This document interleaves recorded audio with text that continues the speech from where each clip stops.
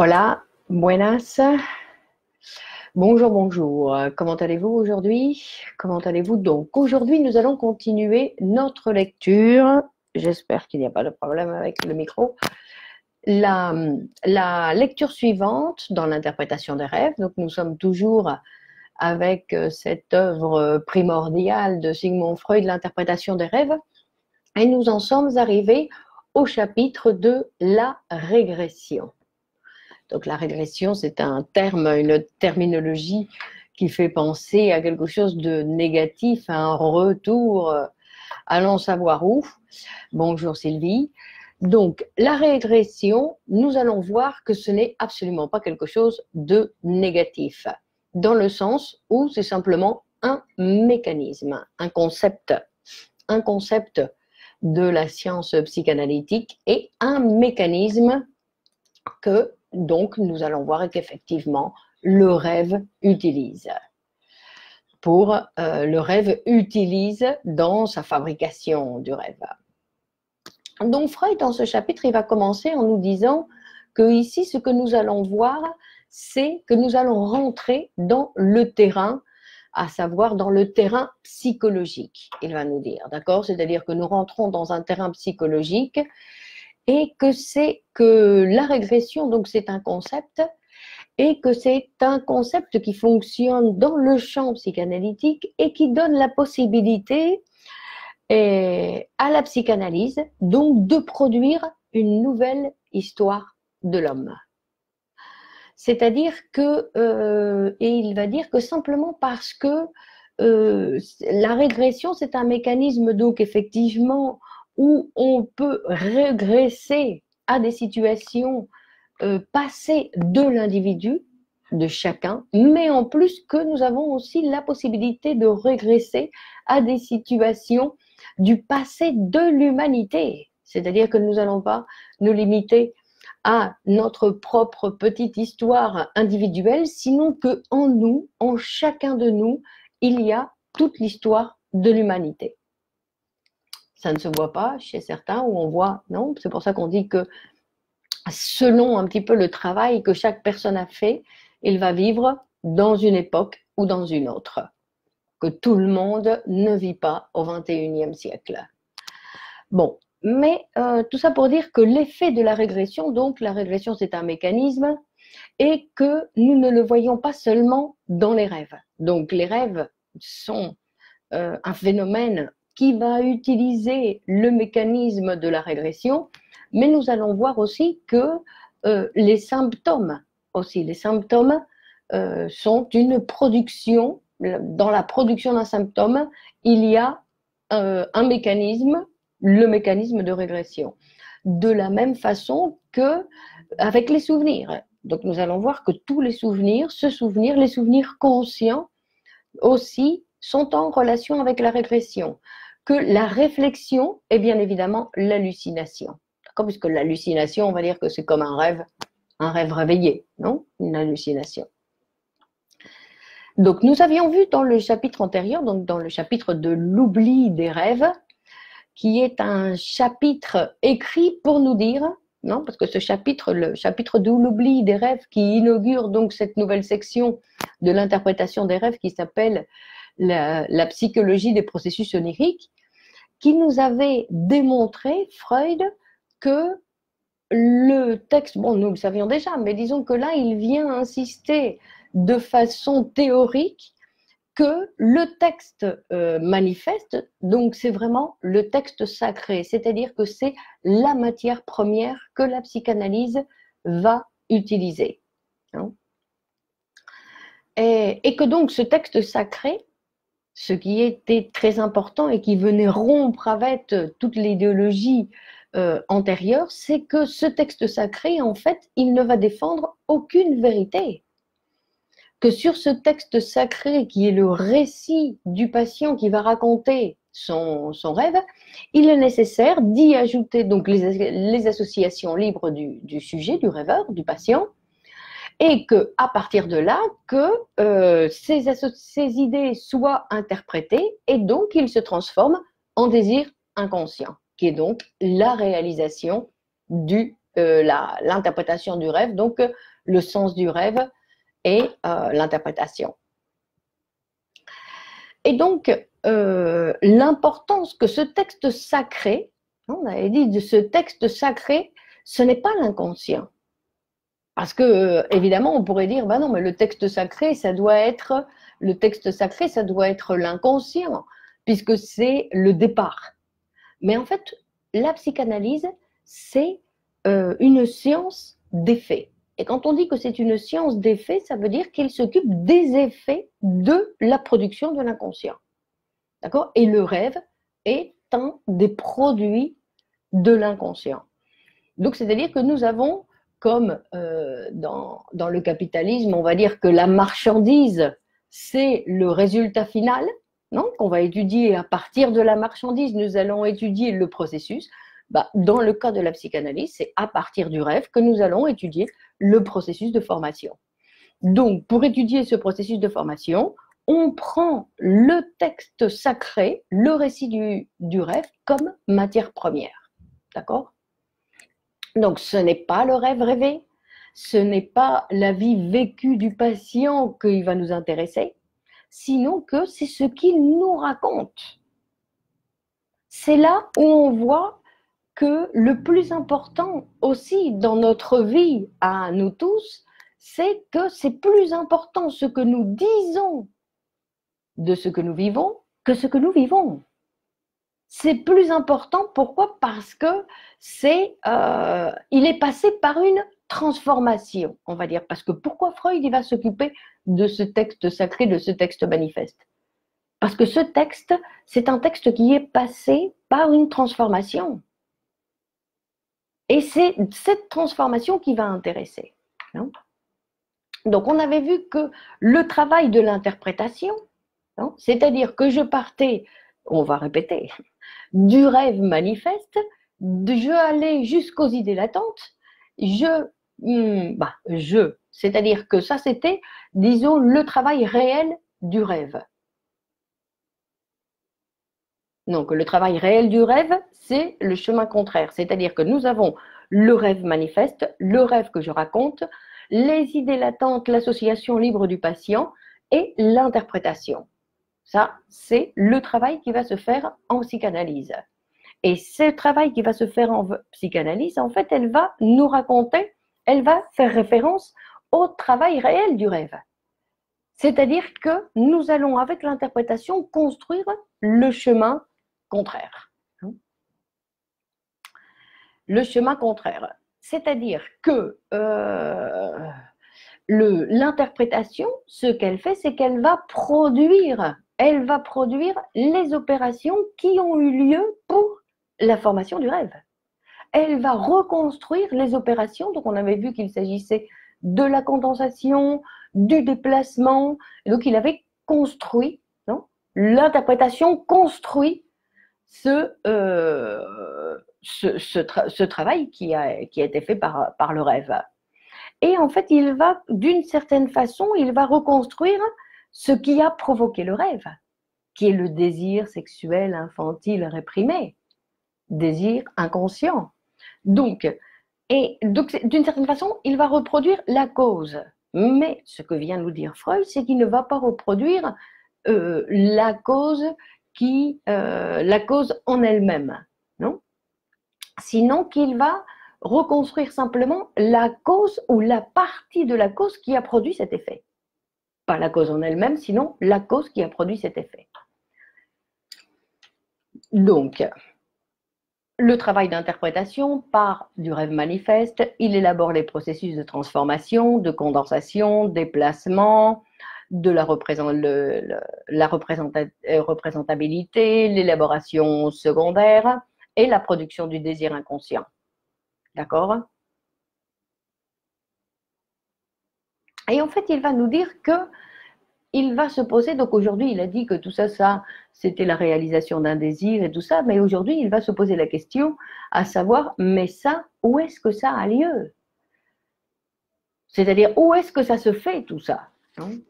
Et donc, il va dire que nous devons imaginer, nous devons penser à un lieu idéal d'un système. Donc, un lieu où il n'y a aucune pièce matérielle du système, mais qui a un lieu idéal dans le sens où qui va couvrir, on va dire, un lieu idéal. C'est tombé, on le remet à sa place. Donc, un lieu idéal où va se construire cet appareil. D'accord? Donc Freud, dans le texte, il va faire référence à imaginer un microscope ou un télescope,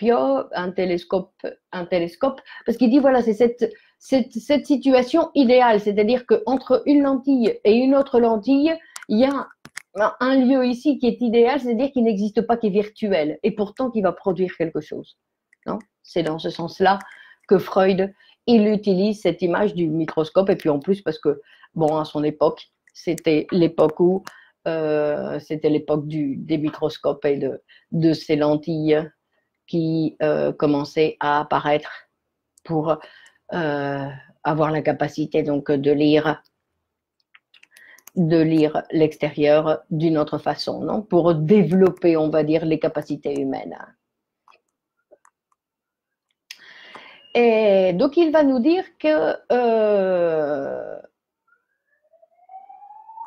il va nous dire, donc pour revenir un petit peu au chapitre antérieur sur l'oubli des rêves, il va dire qu'en fait, on peut imaginer qu'il y a un courant progressif, parce que ce qui se déplace réellement, quand on va passer de l'inconscient à la conscience, donc pour la fabrication d'un rêve, puisque le rêve, le moteur du rêve, c'est le désir inconscient, sexuel, infantile réprimé, qui va se transférer jusqu'à la conscience.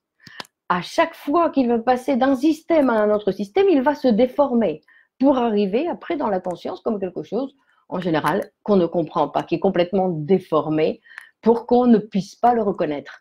Mais en fait, ce qui se passe d'un système à l'autre, en fait, ce qui se passe, c'est ce qui se passe entre un système et un autre, c'est et ce qui se passe, c'est une transformation, en fait, c'est un déplacement de l'énergie. OK? Et en fait, donc, ce déplacement de l'énergie pour fabriquer le rêve, il va de l'inconscient jusqu'à la conscience, hein, jusqu'au récit, au texte manifeste. Et en fait, de l'autre côté, on va dire que ce qui se passe, c'est que la régression, c'est l'inverse. C'est-à-dire qu'on va partir à l'intérieur de l'appareil, il va y avoir un retour en arrière.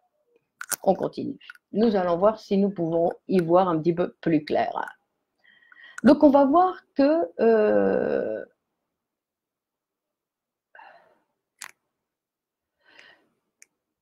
donc, parce qu'en fait, c'est important de voir dans quel sens en fait fonctionne normalement l'énergie, parce que nous allons voir que l'énergie va de l'inconscient donc pour le rêve, mais c'est ça pour le rêve et puis pour toutes les productions de l'inconscient. Donc, c'est-à-dire les autres productions de l'inconscient, rappelons-nous, il s'agissait des symptômes évidemment, et il s'agissait des actes manqués, des lapsus, tout ça. Ce sont des déplacements d'énergie qui vont apparaître donc effectivement qui vont apparaître dans la conscience. Et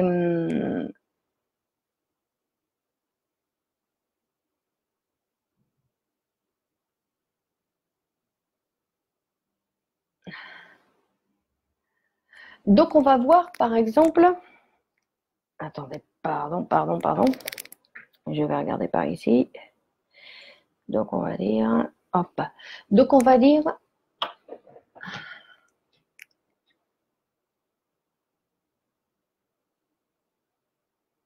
donc on a vu que donc ce chapitre, la proposition de ce chapitre, c'est une psychologie générale de l'inconscient, c'est-à-dire que nous allons parler des lois générales sur la fondation de l'être psychique, de l'appareil.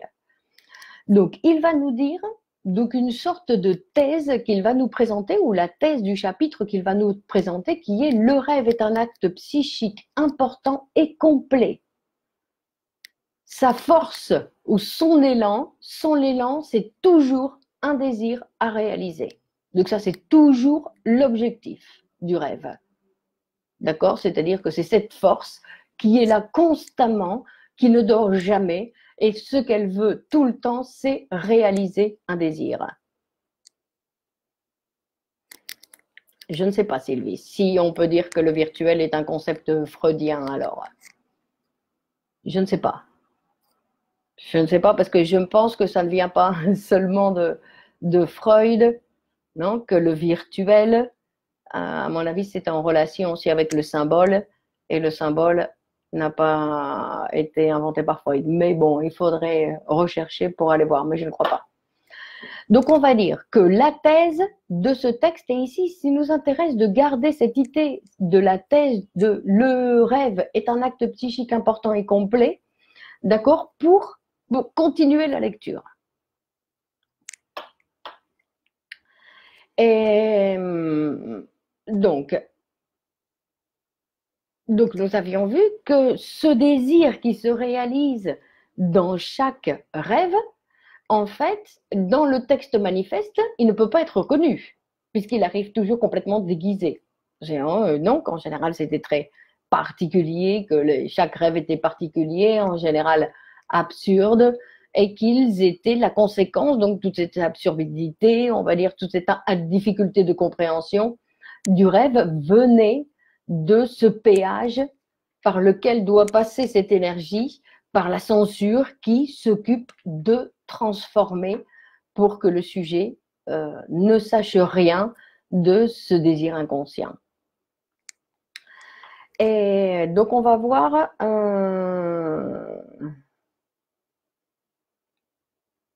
donc il va nous présenter un rêve.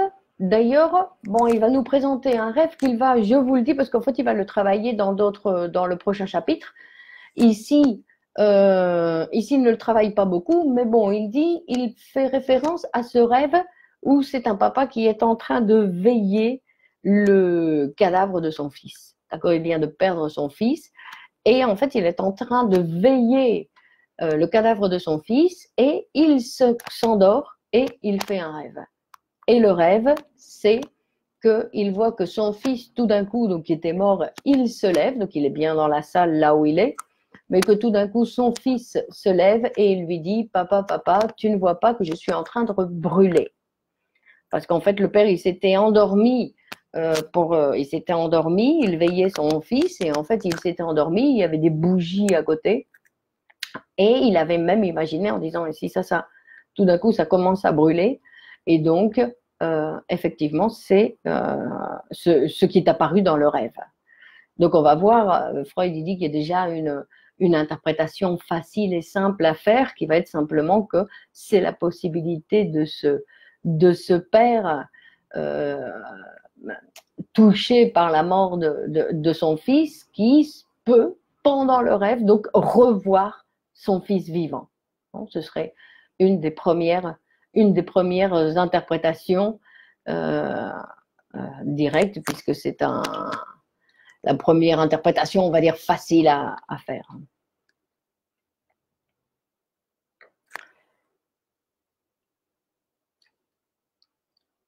Et donc, il va nous dire que le rêve montre deux caractères. C'est-à-dire que le premier caractère qui va montrer le rêve, de tous les rêves, parce qu'en fait, il va prendre ce rêve pour nous montrer deux caractères, mais qu'en fait, qui sont dans tous les autres rêves. Et donc, il va dire que le rêve, il n'y a jamais de peut-être dans un rêve. C'est-à-dire qu'il n'y a jamais de peut-être dans le sens, il n'y a pas de j'espère que ça va se passer, sinon que ça se passe. Le présent, Freud dit, c'est le temps où le désir se représente comme réalisé. Et ça, c'est quelque chose qui est très important dans le sens où le désir, c'est ce qui se représente. Le désir, en fait, se conjugue toujours au présent. Il n'y a pas de désir de j'espère, sinon que c'est ce que nous vivons, notre désir. D'accord ? Et c'est là où on va un petit peu se disputer d'une certaine façon avec cette phrase, parce que dans le rêve, d'accord, puisque c'est un matériel déformé, mais dans la réalité, ça va être quelque chose d'un petit peu plus difficile à accepter. Pourtant, c'est tous les actes de l'être humain, il y a la réalisation d'un désir, donc d'un désir inconscient, dans tous les actes de notre vie. Et c'est pour ça qu'on dit que le désir se réalise toujours au présent. Donc c'est pour ça qu'il va préciser, donc ce n'est pas quelque chose qui est privatif du rêve, sinon que c'est quelque chose qui, donc pour les fantasmes, les hallucinations, les symptômes, et même notre vie quotidienne où nous allons voir que le désir se réalise au présent. Et après, il y a une autre chose qui fait partie de cette fabrication, on va dire, du rêve, c'est la transformation des idées en images visuelles. Vous vous rappelez qu'on l'avait vu, je crois, dans le chapitre du travail, où on voyait que dans les idées latentes, il y avait des fois des idées qui sont ensuite transformées, qui apparaissent dans la conscience comme des images visuelles. Et en fait, donc Freud il va nous dire que l'essentiel du rêve, c'est que le contenu des représentations n'est pas pensé, sinon qu'il s'est transformé en images sensorielles. Et en plus, ces images donc, que nous voyons, donc ce film que nous nous fabriquons, c'est pour ça qu'on dit que dans un rêve, nous sommes le réalisateur, nous sommes les acteurs, nous sommes celui qui s'occupe de l'image, les mouvements de caméra. Enfin, dans un rêve, nous sommes le producteur du film et tous les éléments qui participent à cette production. Et il va dire, et non seulement donc nous participons à la production de ce film, sinon qu'en plus nous y croyons dur comme fer. Dans le sens où nous croyons vraiment, au moment où nous rêvons, nous croyons vraiment que nous le vivons. Bon, après, nous avions vu aussi qu'il y avait différents degrés de niveau de j'y crois plus ou j'y crois moins, qu'il y avait des rêves dans lesquels on disait bah, c'est qu'un rêve. Donc, pour diminuer l'impact de la réalisation de ce désir, par exemple, mais il dit que cette sensation, il dit que ça c'est quelque chose qui est particulier donc au mécanisme de la régression. D'y croire complètement, de le vivre mieux que dans un film. C'est-à-dire que nous le vivons, non, comme dans ce que je cherche peut-être justement les jeux vidéo actuels, c'est que nous rentrons dans le jeu vidéo et nous croyons que nous sommes vraiment celui qui a les commandes du jeu. Et là, il dit que dans le rêve, c'est ce que nous croyons. Donc, il va dire que ça, ce sont deux phénomènes qui sont en relation avec le mécanisme de régression. Croire complètement à ces images qui ont été fabriquées donc virtuellement, y croire complètement, c'est quelque chose qui fait référence donc ou qui est la conséquence de ce mécanisme de régression. Et donc Freud il va nous dire, rappelons-nous en plus que une telle représentation d'idées en images sensorielles n'est pas exclusive du rêve, mais qu'il apparaît aussi dans l'hallucination. Et que ces mêmes visions peuvent constituer un symptôme dans certaines névroses. Et qu'il y en a même dans d'autres situations qui vont surgir, ces images auxquelles nous allons croire, qui vont surgir indépendamment de tout état pathologique. Non, des fois, nous avons des visions, nous croyons voir quelqu'un qui n'est pas... Non, je veux dire que nous avons ce genre d'hallucinations, bon, nous, on les appelle les hallucinations, qui ne sont pas obligatoirement, ça peut être des flashs, je veux dire, comme quelque chose qui peut être considéré comme une sorte de lapsus, dans le sens où de quelque chose qui passe, qui ne se maintient pas.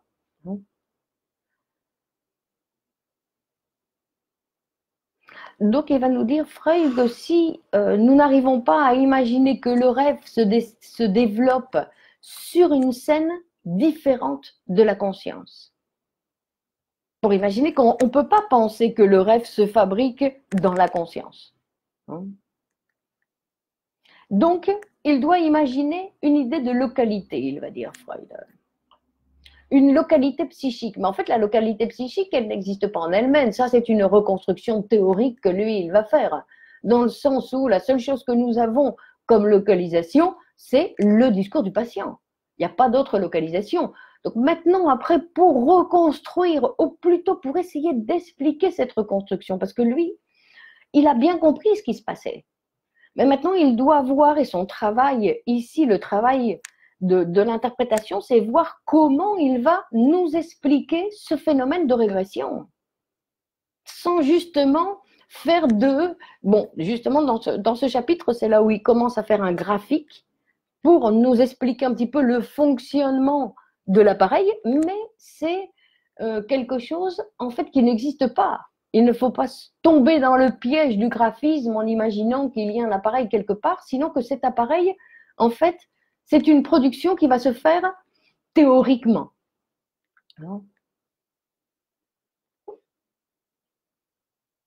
Donc,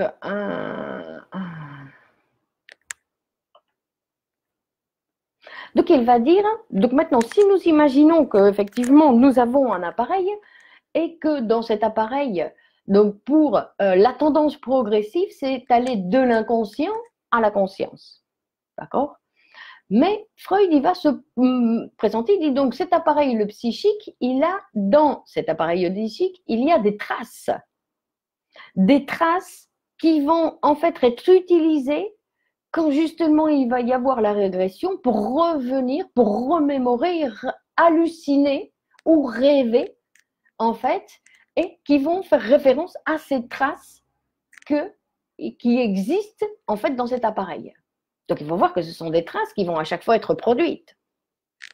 Bon, c'est assez complexe puisque ça n'existe nulle part. Ça n'existe nulle part et que c'est quelque chose que nous allons produire à chaque fois. C'est-à-dire qu'à chaque interprétation, nous allons produire cette trace, non, cette trace de la mémoire.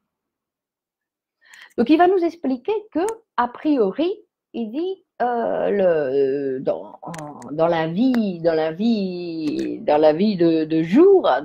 jour, et l'appareil, il va capter, il a donc un pôle perceptif où il va recevoir une information qui va passer par cet appareil et donc permettre ensuite une réaction motrice. D'accord? C'est-à-dire qu'il va y avoir une réponse du pôle de la motilité. Mais donc il va dire que du côté du pôle de la motilité, c'est le système préconscient-conscient, ou plutôt conscient. Donc le conscient, c'est celui qui est le plus proche de la motilité. Juste à côté, il y a donc le préconscient. Et de l'autre côté du pôle de la perception, même si ça paraît bizarre, il y a l'inconscient. Que entre l'inconscient et le préconscient, obligatoirement, il y a un péage à passer. D'accord? C'est-à-dire qu'il y a une grande transformation. C'est là où Freud dit qu'il y a la plus grande transformation se fait entre l'inconscient et le préconscient. Le travail de déformation. Hein? Le péage, là où il faut payer le plus cher, c'est entre l'inconscient et le préconscient. Donc, et en plus, donc, il va nous dire, si nous avons un pôle percepteur, ce pôle qui reçoit donc la perception, il ne peut pas la garder, il ne peut pas la mémoriser. Pourquoi? Parce que si il veut la mémoriser, il bloque le système de perception, il ne reçoit plus rien. Donc, dès qu'il reçoit la perception, il est obligé de la passer à la mémoire. Donc, en fait, il y a un déplacement qui se fait automatiquement à chaque perception. Il y a un déplacement qui se fait.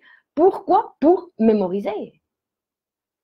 Pour ne pas boucher, on va dire, pour ne pas boucher le pôle de la perception, nous sommes à chaque fois obligés de mémoriser toutes ces perceptions. Donc, et donc, il va nous dire quelque chose qui est très intéressant parce que ce qu'il va nous dire, c'est-à-dire que l'image perçue, l'image que nous percevons, ce n'est pas une image qui va pouvoir être enregistrée. Sinon que l'image perçue, elle va se déplacer dans la mémoire et donc elle va se transformer avec ce déplacement. C'est pour ça qu'on va dire que ce que j'ai perçu ne va jamais correspondre avec ce que j'ai mémorisé. Puisque j'ai dû la transformer, non, dans le passage d'une situation, parce que du système de perception au système de la mémoire, Donc, en le passant d'un système à un autre, je la transforme. Compresser les archives. Oui, mais ce n'est pas exactement compresser, parce que ce qui est intéressant, c'est que donc il va nous expliquer que donc la perception doit toujours être disponible, la conscience doit toujours être disponible pour continuer à recevoir et accumuler en fait des images, si on veut l'appeler des images ou des mots ou des phrases, non, dans la mémoire. Donc en fait, ce qu'il va venir nous dire, c'est que ce que nous mémorisons, ça ne correspond jamais et ça ne va jamais correspondre avec ce qui était perçu. C'est pour ça qu'il nous est incapable de faire référence en disant, voilà, je vais vous raconter ce que j'ai fait aujourd'hui. Impossible. Ce dont je vais parler, c'est obligatoirement de référence à ce que ma mémoire a gardé. Ma mémoire, évidemment, comme vous l'imaginez, qui sélectionne. Dans le sens où nous avons une grande capacité de perception, mais chacun perçoit selon sa position. On ne perçoit pas n'importe quoi. Et en plus, nous n'allons pas non plus mémoriser n'importe quoi. Donc c'est pour ça que quand on voit que vivre la même chose tous ensemble, et nous allons tous vivre une chose différente et mémoriser une chose différente. Et on va même plus loin, ça veut dire que ce qui est le plus surprenant, ou qu'on peut se voir que le plus surprenant, c'est que donc on peut en arriver à dire que cette image de perception, en fait, elle n'a jamais existé.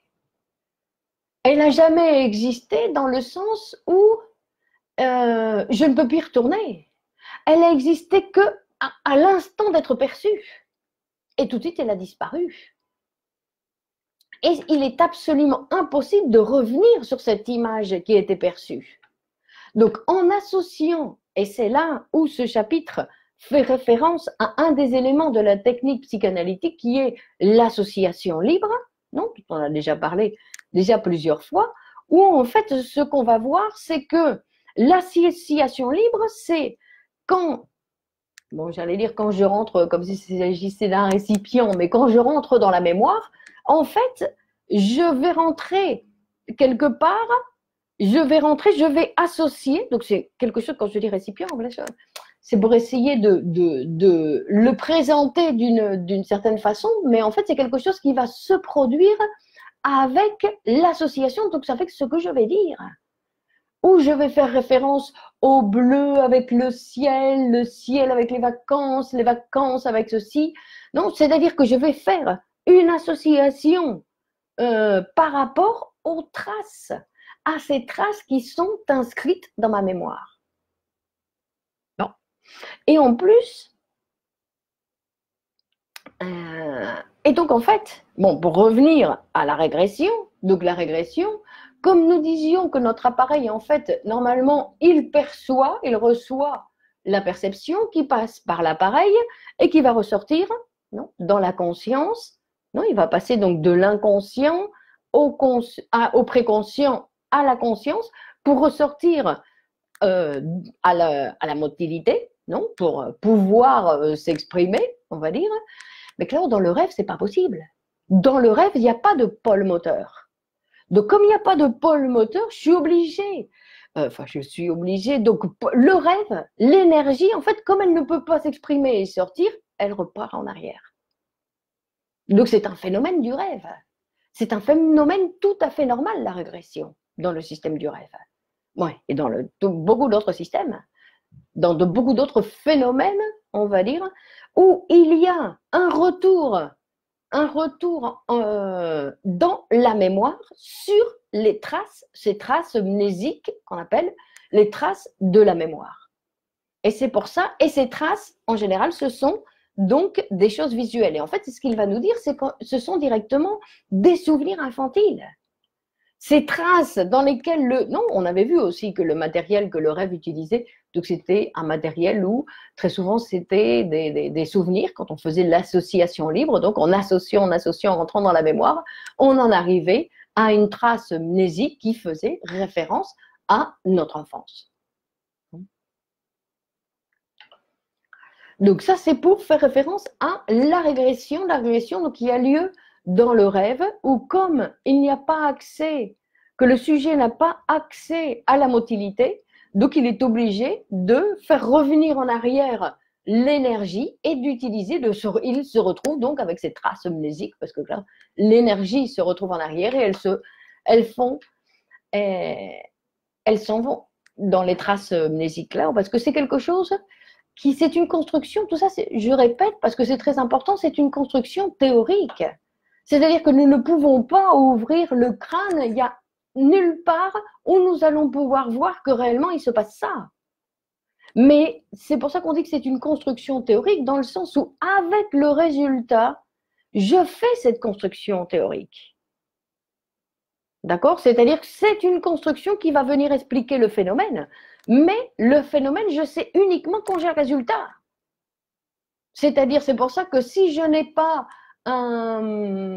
s'il n'y a pas un patient qui vient raconter face à un psychanalyste dans une séance, qui vient raconter son rêve, ce processus, on ne peut pas le voir.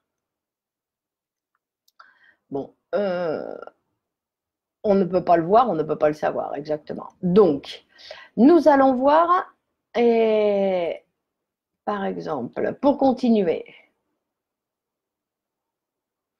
Et donc, même, il en arrive à dire que, en fait, cette image de perception est impossible à reconstruire. Parce qu'en fait, cette image de perception, donc, elle a été transformée, elle est gardée dans la mémoire, non? Elle est gardée dans la mémoire et est utilisée quand c'est nécessaire. Elle est utilisée parce qu'on peut aussi, on dit, et la mémoire, elle est où? Non, parce que la mémoire en psychanalyse, elle est nulle part. La mémoire, elle est quand elle se produit. Quand tout d'un coup, je dis, ah oui, je me souviens, boum, là, c'est la mémoire. Mais tant qu'il n'y a pas le souvenir, il n'y a pas de mémoire. D'accord? C'est-à-dire que c'est quelque chose qui existe au moment où ça se produit. Ça n'existe ni avant ni après.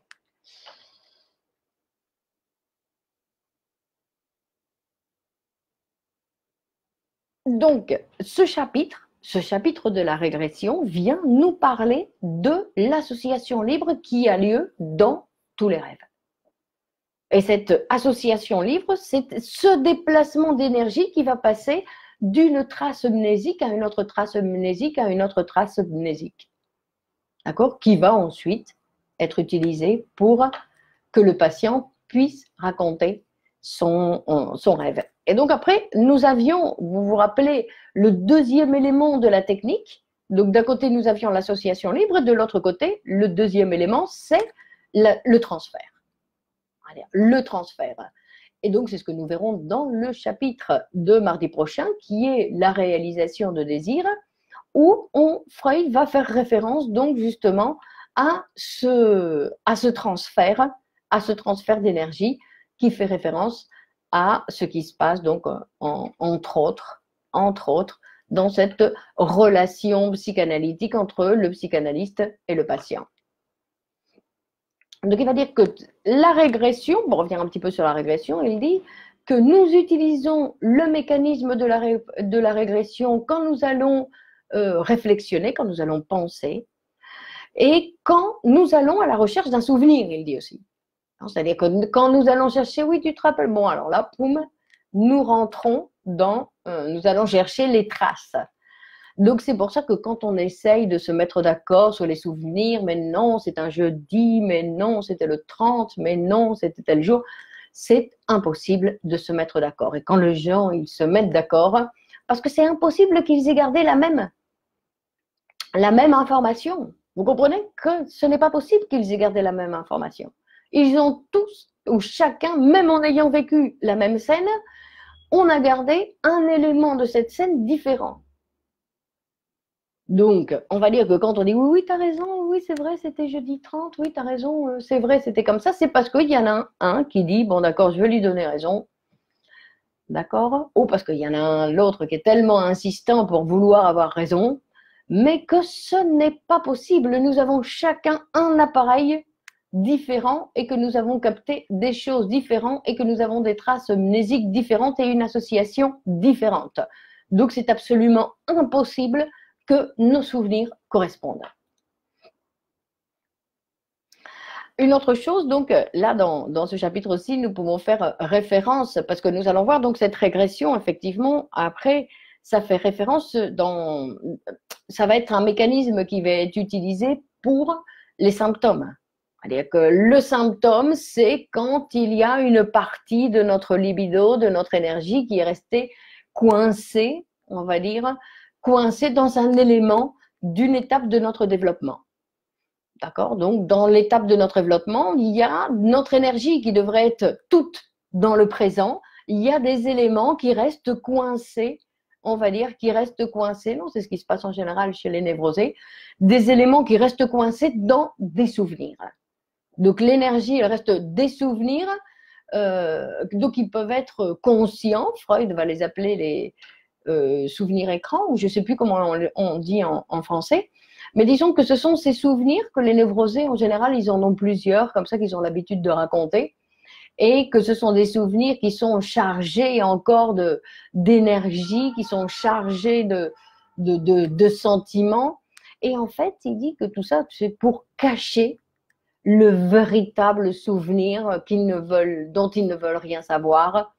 Et donc, en général, le souvenir écran, non, c'est celui justement qui va se présenter devant les autres et qui va faire écran pour cacher les véritables souvenirs qui sont et qui seraient intéressants, on va dire. On va parler de souvenirs dont le sujet ne veut rien savoir et auxquels on peut arriver grâce à la chaîne associative. Non, parce que les traces mnésiques, c'est ça, c'est l'association libre, c'est-à-dire la possibilité de laisser circuler l'énergie par des mots. Par des mots, parce que notre énergie, elle circule principalement par des mots. C'est par ça qu'on dit que, par exemple, une séance de psychanalyse, c'est quelque chose qui libère l'énergie, parce que parler, ça met en fonctionnement cette énergie qui sinon reste coincée quelque part, et donc elle ne bouge pas, et donc le sujet, il peut se sentir fatigué, et simplement parce que cette énergie ne circule pas. Et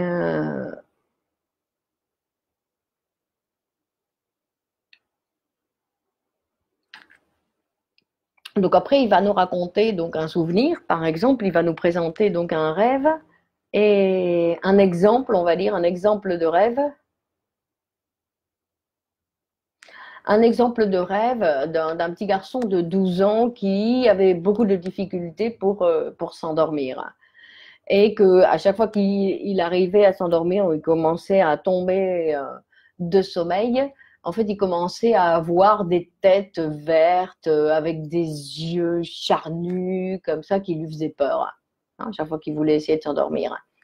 Et en fait, donc, Freud, il a découvert que cette apparition, c'était donc un souvenir réprimé que le sujet avait vécu donc 6 ans avant, hein, ou 4 ans avant. Et en fait, c'était le souvenir d'un petit garçon qui avait un compagnon qui avait l'étiquette d'être vicieux parce qu'il se masturbait. Et que sa maman lui avait dit donc faire attention, pas faire comme ce petit garçon, parce que sinon tu vas devenir tout vert et tu vas avoir les yeux tout charnus, tout ouverts et les paupières toutes rouges, etc. Et donc, lui, il avait oublié, non? Donc, l'information, il l'avait oubliée, donc c'était resté comme une trace mnésique et qui réapparaissait. Pourquoi? Ça réapparaissait pour sa propre masturbation actuelle.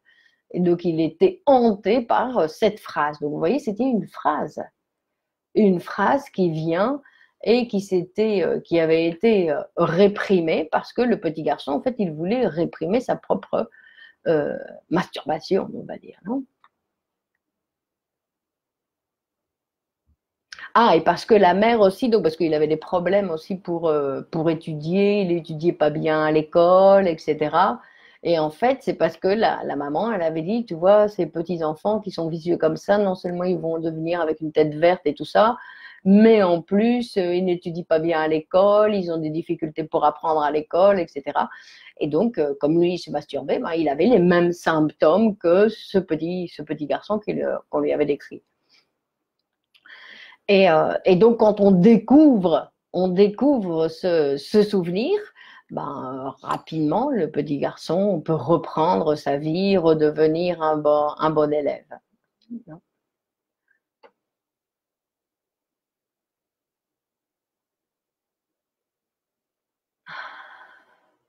Donc voilà, donc l'association libre, c'est en relation directe avec le processus de régression, hein, qui est un mode, on va dire, un mode d'appropriation de l'association. Oh, bon, d'appropriation, non, puisque c'est en fait se laisser aller dans l'association pour pouvoir associer et toucher ses traces.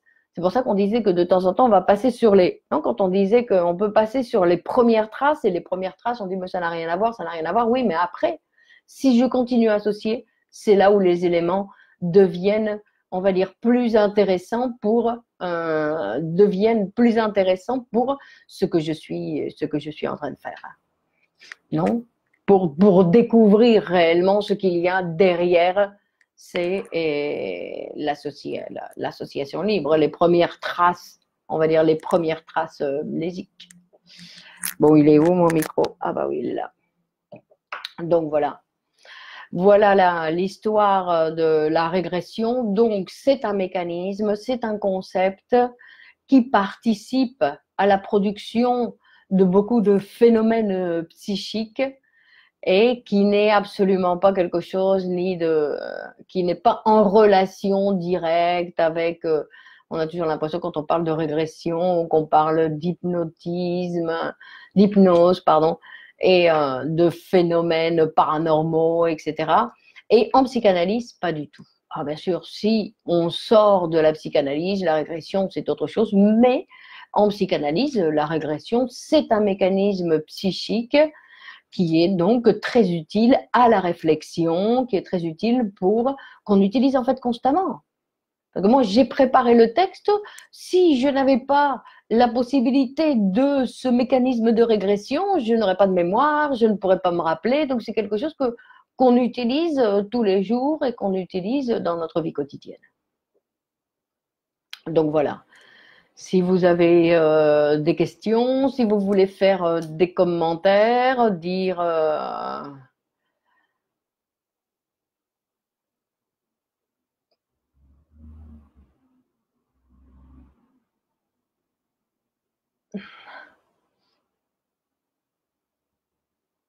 Bon, alors là, donc comme on a vu, la semaine prochaine, nous allons regarder le texte, le chapitre de la réalisation des rêves.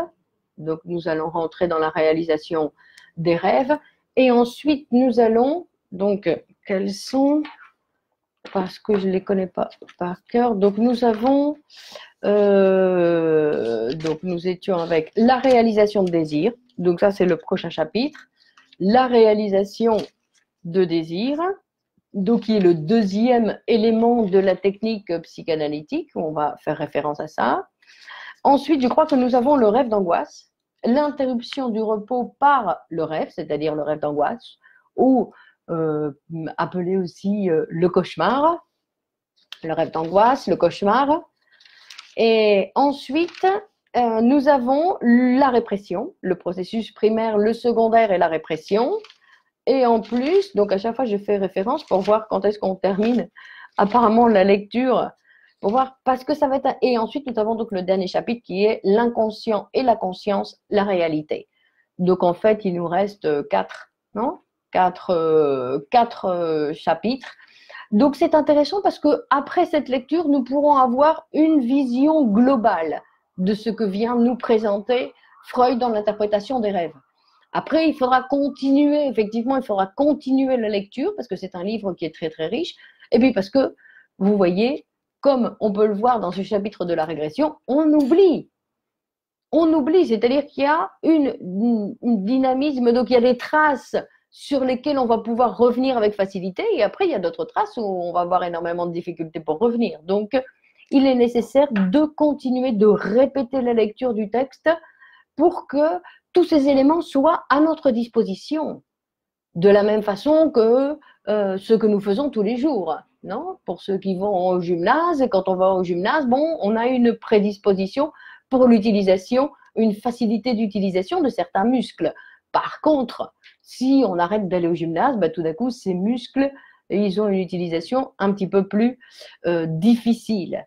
Donc, c'est pour ça que nous devons continuer cette lecture de l'interprétation des rêves qui est la base de toute la psychanalyse, dans le sens où c'est la présentation par Freud du mécanisme en fait de cet appareil psychique qui nous surdétermine en fait, parce que nous sommes surdéterminés par cet appareil psychique.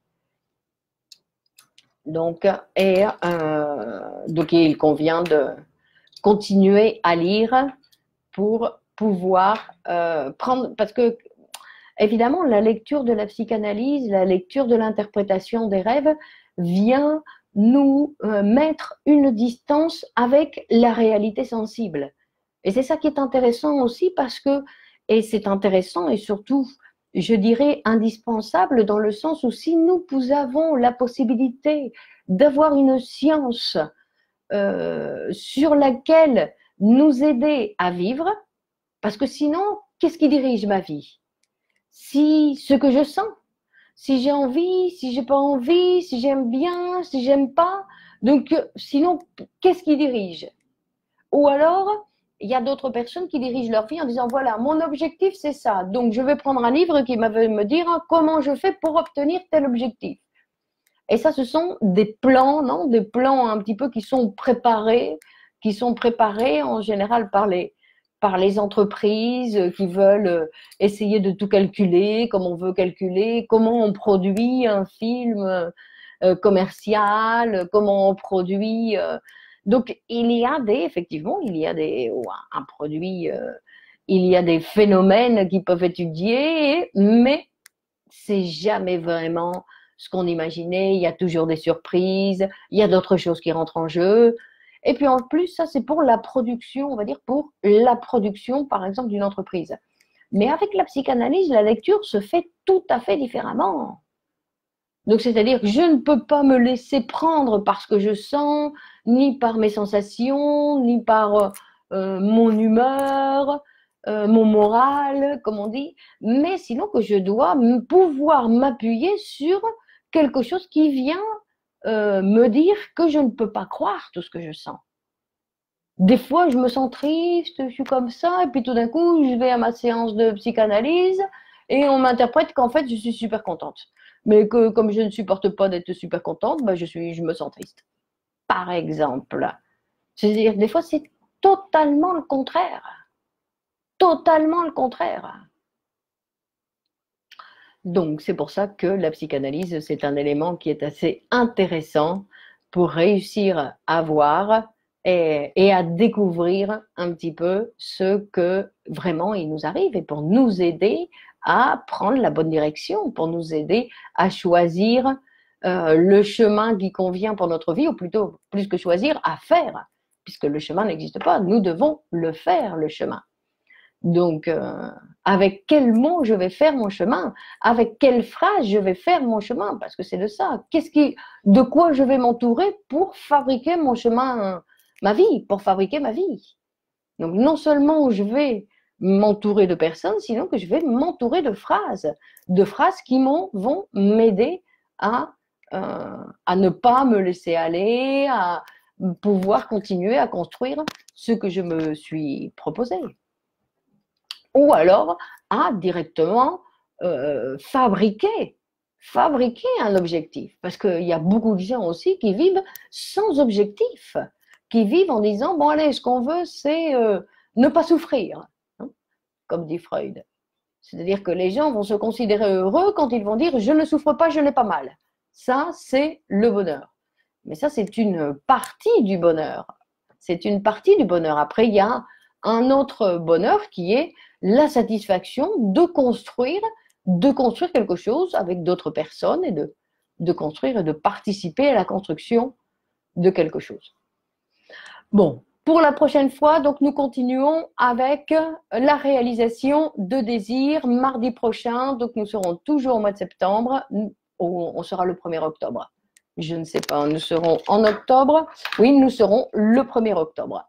Donc on continue mardi 1er octobre. Bonne semaine à tous et on continue mardi prochain. Au revoir.